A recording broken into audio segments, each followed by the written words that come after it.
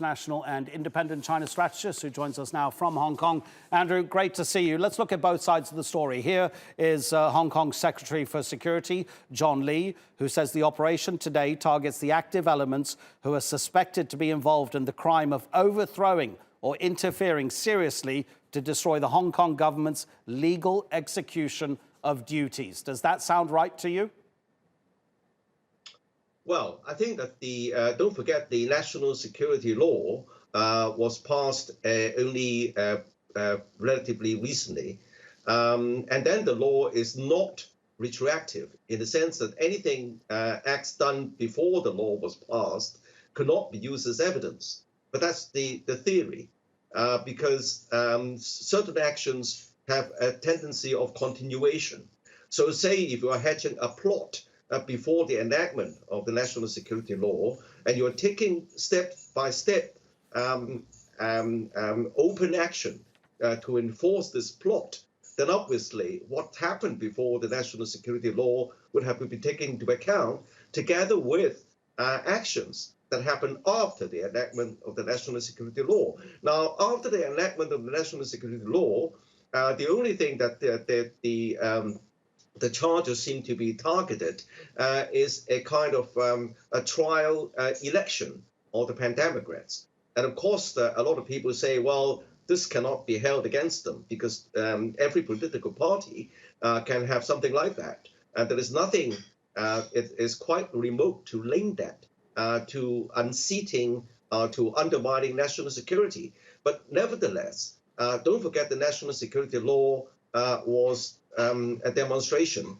that Beijing was really pushed on its last legs as a result of years of protests. And of course, the latest is the violent protests on the so-called anti-extradition bill, morphing into a complete breakdown of law and order, and also open challenge of Beijing's authorities in Hong Kong, including ransacking the national emblem and, of course, even ransacking the legislative assembly, the legislature.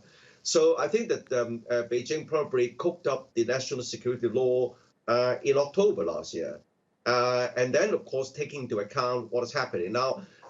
Beijing is now targeting, is now zeroing on this plot, which is well been aired in the open. The plot is that by seizing over half of the Legislative Council seats, the Pan-Democrats would push this kind of tactics to the very end. What is known in Hong Kong as a kind of mutual assured destruction, in the sense that they would oppose any legislative proposals by the government, including the budget, so as to force the resignation of the chief executive and also bring down the whole Hong Kong government. Sure. Now, this is not something which is out in the open. Okay. And then that's what the authorities are now trying to gather evidence on.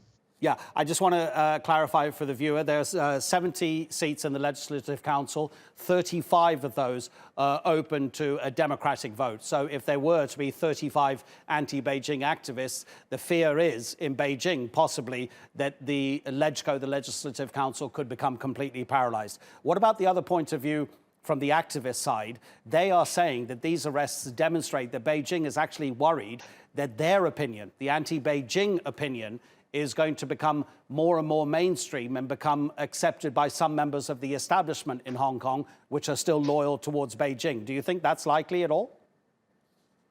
Well, there's always been a kind of anti-Beijing voices since the handover in 1997.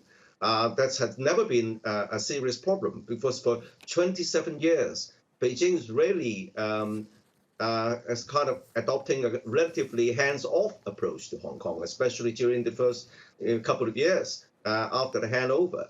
But then I could still remember when, at that time, when I was working in the Hong Kong police force as a top Hong Kong civilian, even a football game organized between the security forces on both sides had to be referred upwards to Beijing for approval, for fear that Beijing would be seen to be interfering in Hong Kong.